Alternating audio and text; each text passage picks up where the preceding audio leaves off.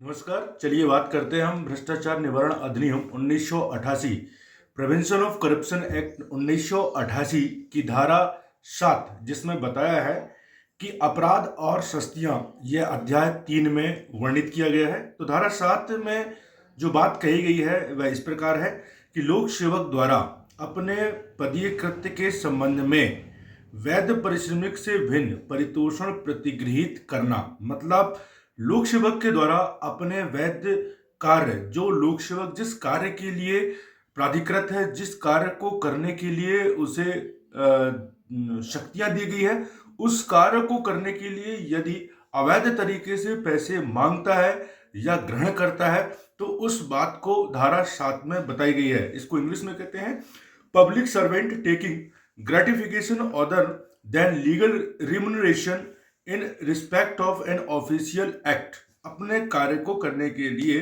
उसे अनर्गल तरीके से पैसे प्राप्त करना।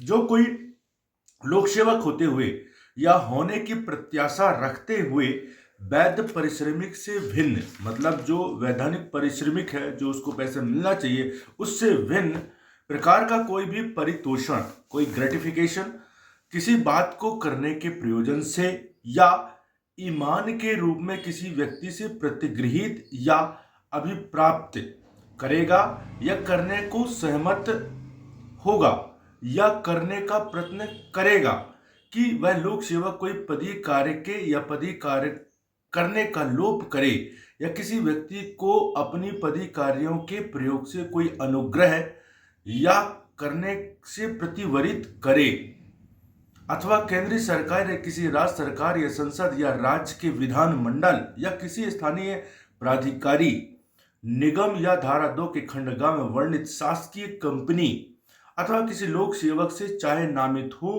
या अन्यथा ऐसे कारावास से जिसकी अवधि 5 वर्ष तक की हो सकेगी, किंतु जो 6 माह से कम की नहीं होगी, दंडित किया जाएगा और जुर्माने से भी दंडनीय होगा।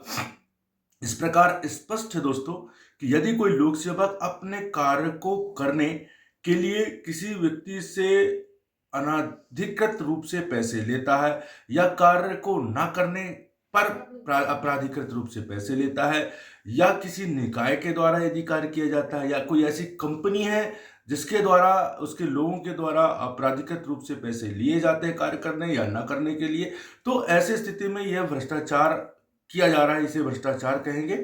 और यह भ्रष्टाचार निवारण अधिनियम को 1988 की धारा 7 में वर्णित है, जिसपे स्पष्ट है कि 7 वर्ष तक की कारावास या 6 मास की कारावास से कम नहीं हो सकता, ऐसी इसमें वर्णित है। स्पष्टीकरण बताता है, इसमें स्पष्टीकरण का है लोक सेवा होने की प्रत्याशा रखते हुए इस पद को स्पष्ट किया है।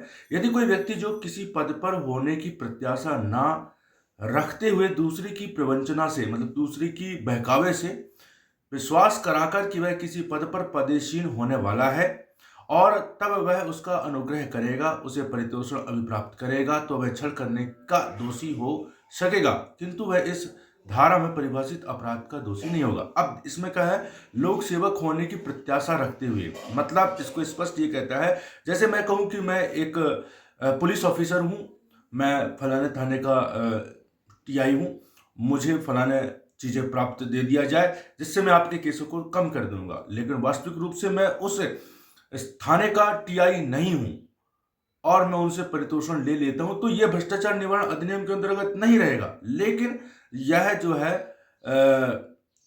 छल करने का दोषी जरूर बन जाऊंगा मैं। तो इस तरीके से इसको परिभाषित किया कि लोक सेवक होने की प्रत्याशा रखते हुए को क्या कैसे कहेंगे।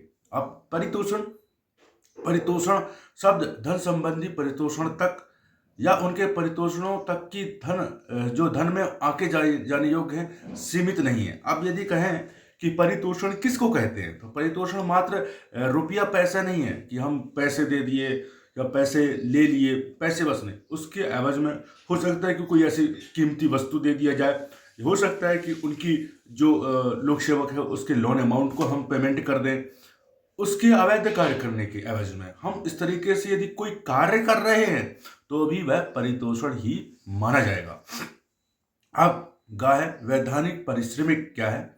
वैध पारिश्रमिक शब्द उस पारिश्रमिक तक सीमित नहीं है, जिसकी मांग कोई लोक सेवक विधि पूर्ण रूप से कर सकता है, किंतु उसके अंतर्गत वह समस्त पारिश्रमिक आता है जिसको प्रतिगृहित करने के लिए वह उस सरकार द्वारा या संगठन द्वारा जिसकी सेवा में वह है उसे दी गई है।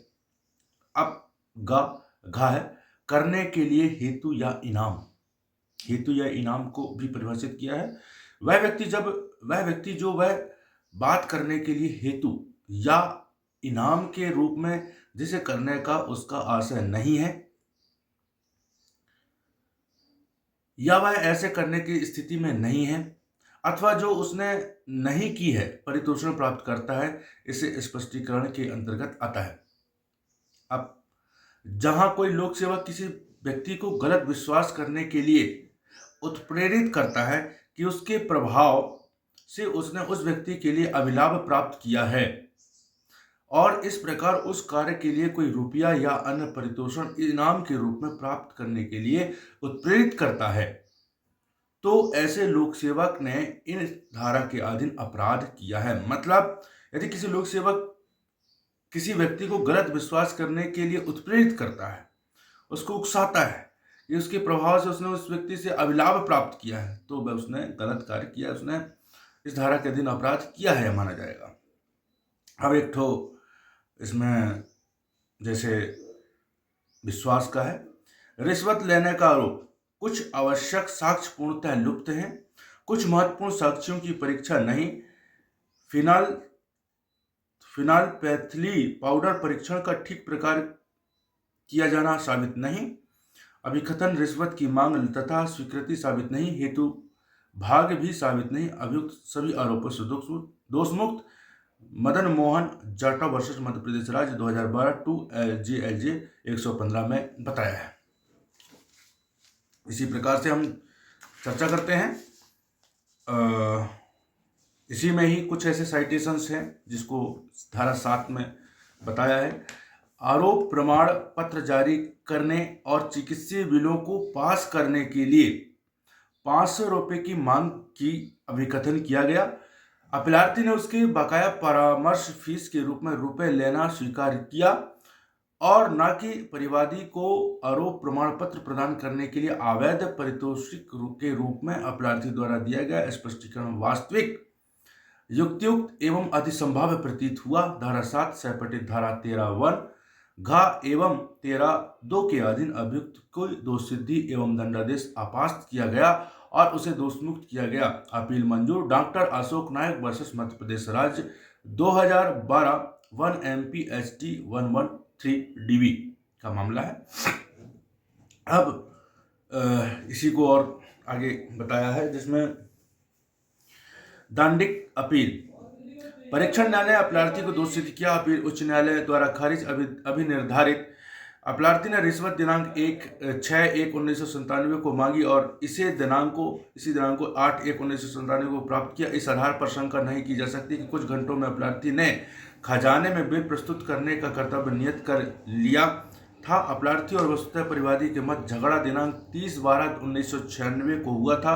भी अभियोजन साक्षी द्वारा मांगी रिश्वत के संदाय के बारे में विनिर्दिष्ट एवं संगत साक्ष्य के आलोक में किसी परिणाम का नहीं है। अपराधी द्वारा किया गया अभिवचन की राशि उसके जेब में जबरदस्ती डाली गई। अभियोजन साक्ष्यों से स्पष्ट और संगत साक्ष्य के मुख पर विश्वास किए जाने योग्य नहीं है। अपील खारिज। बिल्ला नागू शेरिफ वर्सेस आंध्र प्रदेश राज्य ये स्वयं। अब बात करते हैं दोस्तों धारा 7 में जो न्याय दृष्टांत थे जिनका हमने अभी कुछ स्पीड से चर्चा किया, और इसके साथ कुछ चीजें हैं। धारा 8 की हम बात करते हैं। लोक सेवक पर भ्रष्ट या विधि विरुद्ध साधनों द्वारा असर डालने के लिए परितोषण लेना। अब taking gratification in order by corrupt और इलीगल मीन्स और इन्फ्लुएंस पब्लिक सर्वेंट। तो अब बात करते हैं लोक सेवक पर भ्रष्ट या विधि विरुद्ध साधनों द्वारा असर डालने के लिए परितोषण लेना।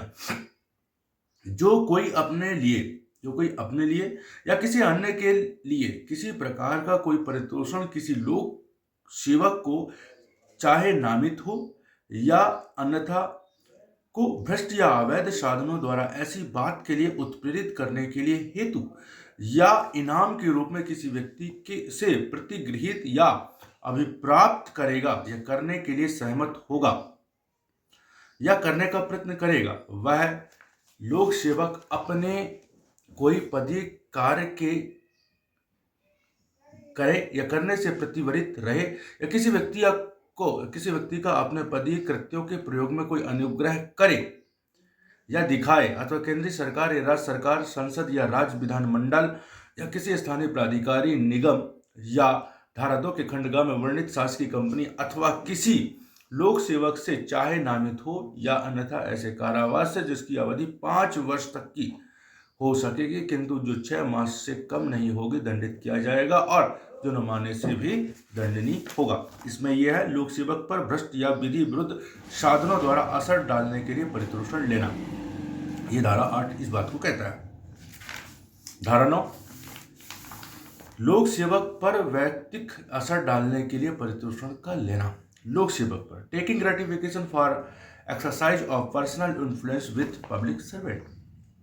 धारा 9 जो कोई अपने लिए या किसी अन्य के लिए किसी प्रकार का कोई परितोषण किसी लोक सेवक को चाहे नामित या अन्यथा अपने व्यक्तिगत प्रभाव के प्रयोग द्वारा इस बात के लिए उत्प्रेरित करने के लिए हेतु या इनाम के रूप में किसी व्यक्ति से प्रतिगृहित करेगा या अभिप्राप्त करेगा या करने का सहमत होगा या करने का प्रयत्न करेगा कि वह लोक सेवक कोई पदीय कार्य करे या करने का लोक करे अथवा किसी व्यक्ति को ऐसे लोक सेवक के पदीय कृत्यों के प्रयोग में कोई उपकार करे या दिखाने का लोक करे अथवा केंद्रीय सरकार या राज्य सरकार या संसद या राज्य विधानमंडल या किसी स्थानीय प्राधिकारी, निगम या धारा 2 के खंड ग में वर्णित शासकीय कंपनी अथवा किसी लोक सेवक से चाहे नामित हो या अन्यथा ऐसे कारावास से जिसकी अवधि 5 वर्ष तक की हो सकेगी, किंतु 6 मास से कम की नहीं होगी, दंडित किया जाएगा और जुर्माने से भी दंडनीय होगा। धारा 10 धारा 8 या धारा 9 में परिभाषित अपराधों को लोक सेवक द्वारा उत्प्रेरण के लिए दंड। यहाँ इसमें उत्प्रेरण के लिए बात करता है कि यदि कोई धारा 8 और धारा 9 के जो अपराध होते हैं उसके लिए यदि प्रेरित करता है तो धारा 10 के तहत उसे दंडनीय किया जाएगा। जो कोई लोक सेवक होते हुए धारा 8 एवं 9 में परिभाषित अपराधों का दुष्प्रेरण करेगा, चाहे उसके परिणामस्वरूप अपराध घटित हुआ हो या नहीं हुआ हो, तो उसे ऐसे दुष्प्रेरण के लिए ऐसे कारावास की जिसकी अवधि 5 वर्ष तक की हो सकेगी, किंतु जो 6 मास से कम की नहीं होगी, दंडित किया जाएगा और जुर्माने से भी दंडनीय होगा। अब दोस्तों बात करते हैं धारा 11 लोक सेवक जो ऐसे सेवक द्वारा की गई प्रक्रिया कारावास से संप्रक्त व्यक्ति से प्रतिफल के बिना मूल्यवान चीज अभिप्राप्त करता है।